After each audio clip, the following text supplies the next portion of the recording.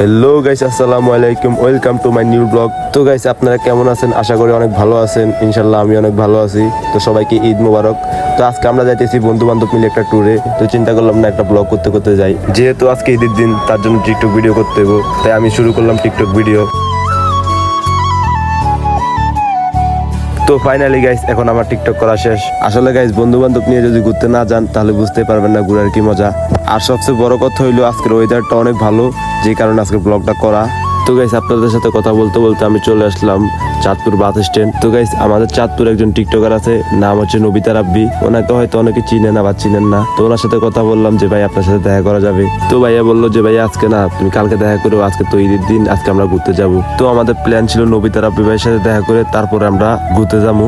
এখন নবিতা রাব্বি ভাইয়ের সাথে দেখা হয় নাই, তাই আমরা চাঁদপুর বড় স্টেশন যাবো। তো ফাইনালি গাইস, আমরা চলে আসলাম চাঁদপুর স্টেডিয়ামের সামনে। এখান থেকে আর 10 থেকে 20 মিনিট লাগবে সর্বোচ্চ, যদি জাম না থাকে তাহলে 10 মিনিট, আর যদি জাম থাকে তাহলে 20 মিনিট। আর আমাদের চাঁদপুর শহরের এই জায়গাটা কেউ চিনেন কিনা জানাইন অবশ্যই, কারণ তহিদ আফ্রিদি ভাইরে অনেকে চিনেন, বাংলাদেশের ইউটিউবার। উনি এই জায়গায় আসা ভিডিও করছিল, ব্লগ করছিল। আপনারা হয়তো অনেকে দেখছেন, অনেকে দেখেন নাই। তো গাইস, অবশেষে আমরা সবাই জামে পড়ে গেলাম। আর এমন জায়গায় জ্যামে পড়ছে, একদম সূর্যটা আমাদের মাথার উপরে, শরীর ঘাইমা কি অবস্থা হয়ে গেছে দেখতে তো পারতেছেন। আমার পিছনে আমার বন্ধু কি করতেছে আপনারা সবাই দেখেন। আর সবচেয়ে মজার বিষয় হইলো, আমি যখন ভিডিও করতেছিলাম আমার ভিডিও দেখে ওরা মধু মধু করে চিল্লাইতেছে, তাই আমিও মধু মধু করে চিল্লানো শুরু করলাম। এমনকি আমার বন্ধু বান্ধব যারা আছে ওরাও মধু মধু করে চিল্লাইতেছিল। তো অনেকক্ষণ চিল্লাচিল্লি করার পর ভাইয়ের সাথে হ্যান্ডশিপ করে এখন চলে যেতেছি। কিছুক্ষণ যাওয়ার পর একটা মাইক্রো এসে আমাদের চিন্দির সাথে লাগাই দেয়। তো গাইস, ফাইনালি আপনাদের সাথে কথা বলতে বলতে চলে আসলাম চাঁদপুর বড় স্টেশন। তো আমরা সিএনজি থেকে নামার পর একটা কানের দুল পাই। আমরা সবাই ভাবছিলাম এটা স্বর্ণের, তার জন্য আমরা চেক করতেছিলাম এটা স্বর্ণের কিনা।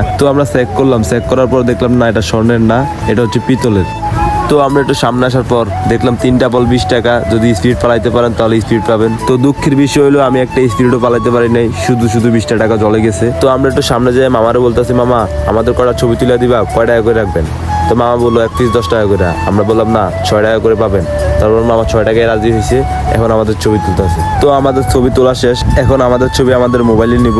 আমাদের ছবি আমাদের ফোনে নেওয়া শেষ, এখন আমরা চলে যাবো আমাদের আরো বন্ধুদের সাথে দেখা করতে। প্রায় 20 মিনিট খোঁজার পর আমাদের বন্ধু বান্ধবরা পাইছি, দেখি নদীর পাড়ে ছবি তুলতেছে। ওই যে দেখেন, আমরা ওগর পাগলের মতো খুঁজতেছি আর ওরা এনে ছবি তুলতেছে মনের সুখে। তো আমার বন্ধুরা ঝগড়া লেগে গেছে কার আগে কে ছবি তুলবো। পরে একজন একজন করে সবার ছবি তুলে দিলাম, এখন সবাই শান্তি। তো আমার সামনে যে বন্ধুরা দেখতেছেন না, ভাই জীবনে প্রেম করে নাই কিন্তু জায়গা খাইছে অনেকবার। তো এখন আমরা যাবো হচ্ছে নদীর মাঝখানে। নদীর মাঝখানে নাকি একটা চর আছে, ওই চরে যাব।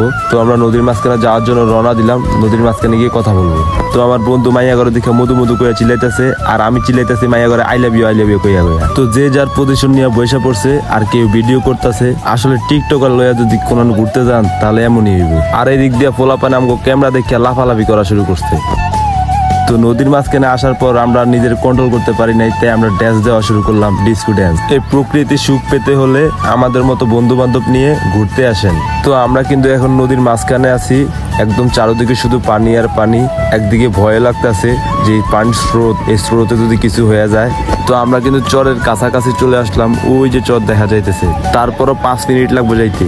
তো সবাই মিলে দাঁড়ায় আছি কখন নামবো। তো 5 মিনিট পর আমরা চলে আসলাম চরের কাছে। এখন নাকি জুতা খুলতে হইব, জুতা খুলে যাইতে হইব। তো সবাই জুতা খুলতে শুরু করলাম, জুতা খুললা এখন নামবো পানিতে। সবার জুতা নৌকার উপরে রাখলাম, রাইখান সবাই নামা যাইতেছি। আসলে ঘুরতে না আসলে বুঝতে পারতাম না এই জায়গাটা আসলে কতটা সুন্দর। আর এই জায়গায় আমি ফার্স্ট টাইম আইছি, আর কখনো আসি নাই। তো চলেন আপনাদেরকে এই জায়গাটা ঘুরে ঘুরে দেখাই।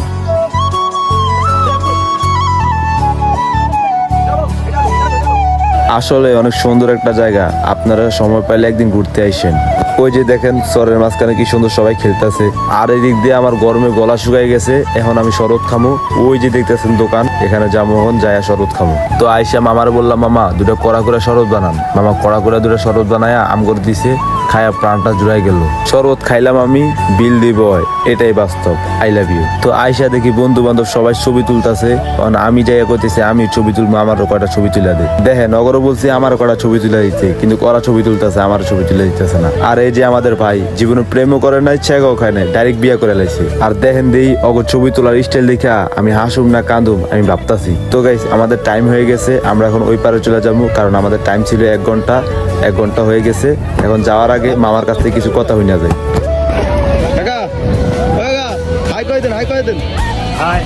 Hi friend, I am Ripun video. Come. I love you কোন আই লাভ ইউ কোন না কেমন কইতাম এর কোন না কেন কইতাম আর কোন কাকা ওই বই আই লাভ ইউ হ্যাঁ ওই আফা আই লাভ ইউ ঠিক আছে এটা এসে লাইক দেন এমনি ওই আফা আই লাভ ইউ আরে জোর করতে হবে ও আফা আই লাভ ইউ ঠিক আছে তো গাইস আজকের ব্লগটা এই পর্যন্তই পরবর্তী ব্লগের জন্য ওয়েট করুন আর অবশ্যই সাবস্ক্রাইব করবেন আর ভালোবাসা দিবেন ভালোবাসা পাবেন